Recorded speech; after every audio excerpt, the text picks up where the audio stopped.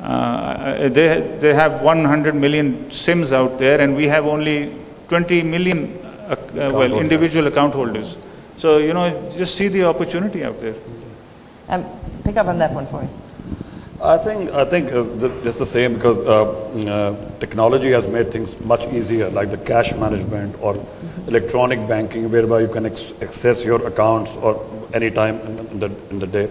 I think that those are helping a great deal with the large industry in terms of their cost efficiencies, and also in terms of reportings and knowledge. So I think it's been already widely covered. But one thing I would say, just apart from industry, on technology, the amazing part in this country is the absorption of technology. Because I was personally involved when the first flood came and there was an aid distribution, and it was decided that we'll distribute through plastic card. And there was a big debate going on whether the poorest of poor or uneducated in some distant part of the country in KPK would be able to use those plastic cards. And let me tell you, they've used it brilliantly.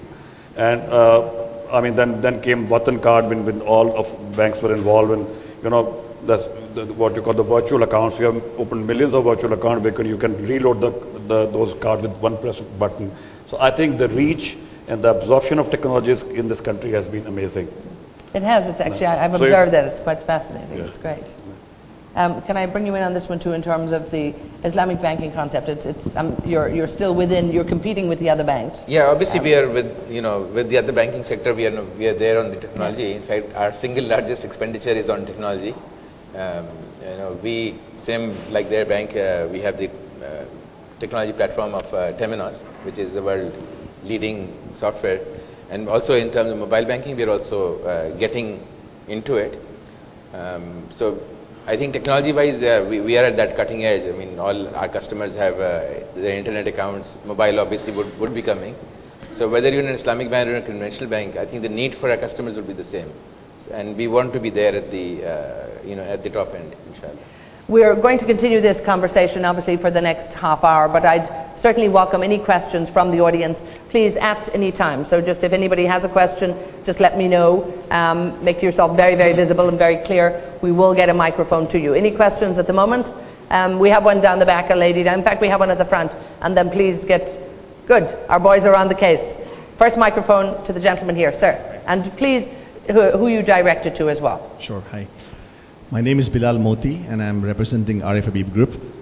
I just learned the renewed statistics that the asset deposit ratio at this point in time. We're having a bit of difficulty hearing here. Can't hear you properly. Can you hear me? Maybe you've got to do like a rock singer. Can you hear me?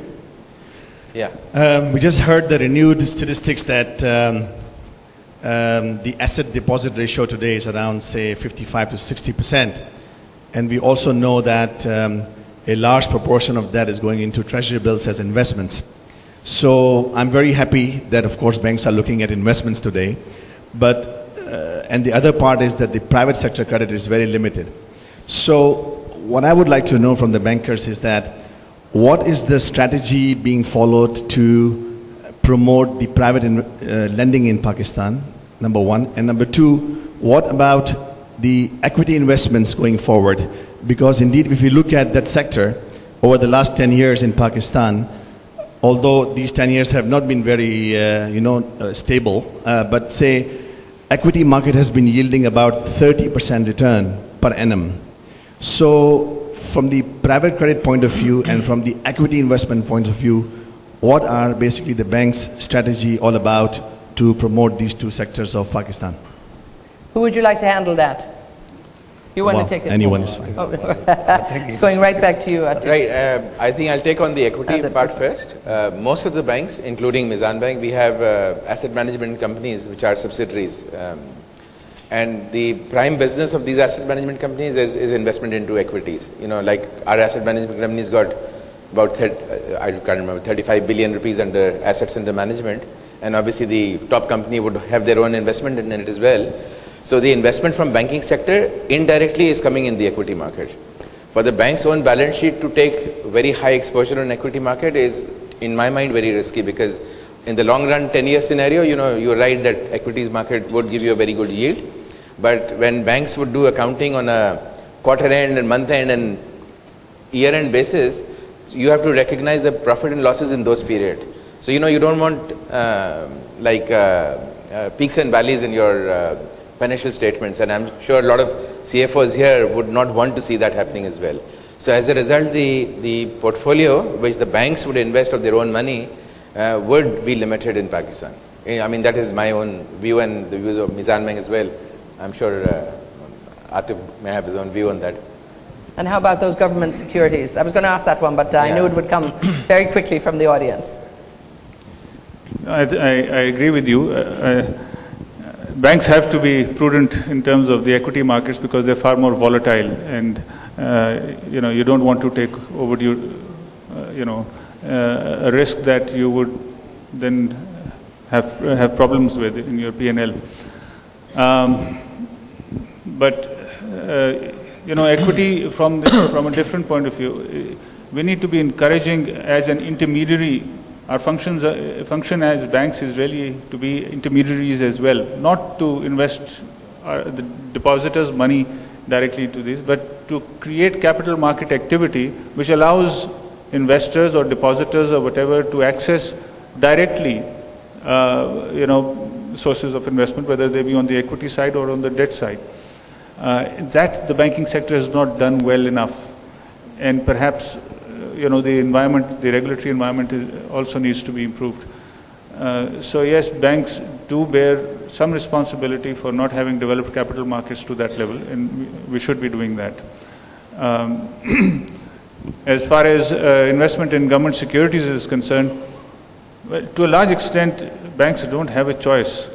When you take deposits of 100 and you can't lend, as we've been talking about that, it's difficult to lend in the private sector, you put them in treasury bills. There is no other real alternative which is acceptable from a risk point of view as well. So you end up being in treasury bills or a little bit in PIBs and other instruments. So it's not a conscious directed effort that today we're going to lend to the government. In fact, it's just sort of passive from us to a large extent. The government has a huge need these days because of their own fiscal management or mismanagement to continue to borrow from the banking sector, and this is a source. Banks don't have an option. They put it into securities. Government needs it, they take it. So it's not a very managed kind of philosophy that we're going to put our money into government securities. Or are you just playing it safe? To a large extent, yes, we are playing it safer than the alternative, which is private sector lending, and 33% of that goes into non-performing. I think just to add on to that, deposit mobilization has been phenomenal. Lending opportunities have been restricted because of situation in the country, because of lack of FDI. So the natural avenue goes to government securities, which is a more secure. I mean, you're more actually, it's more of a forced arrangement, but that's not certainly what banks would like to do. I mean, I think whenever there's a change of situation, I mean, bank would like to lend more. Jennifer, you want to come in here? Like Atif mentioned that the government need right now is more because of the fiscal mismanagement. So it just occurred to my mind that it's a very good term which he used, that I think as the fiscal management gets better in the government, the private sector automatically would start coming up. The private sector is not coming up because of the general mismanagement on the top. So hopefully it should be inversely correlated. So as and when our fiscal management of the country improves, the private sector need for money would also improve. So hopefully government would require less that time and the private sector will require more. Like I said, we had gone up to 90% ADR at once upon a time as a banking sector, but now we are very low. So hopefully these things should balance with passage of time. And I do notice here that the banks come under tremendous criticism just because of that. But does anybody have a better solution? I mean, can any of you say, we might have a better solution down here in the front from a man who should know? I mean, what can the banks do to just staying with this point for a few minutes? Jakub has a better solution for us.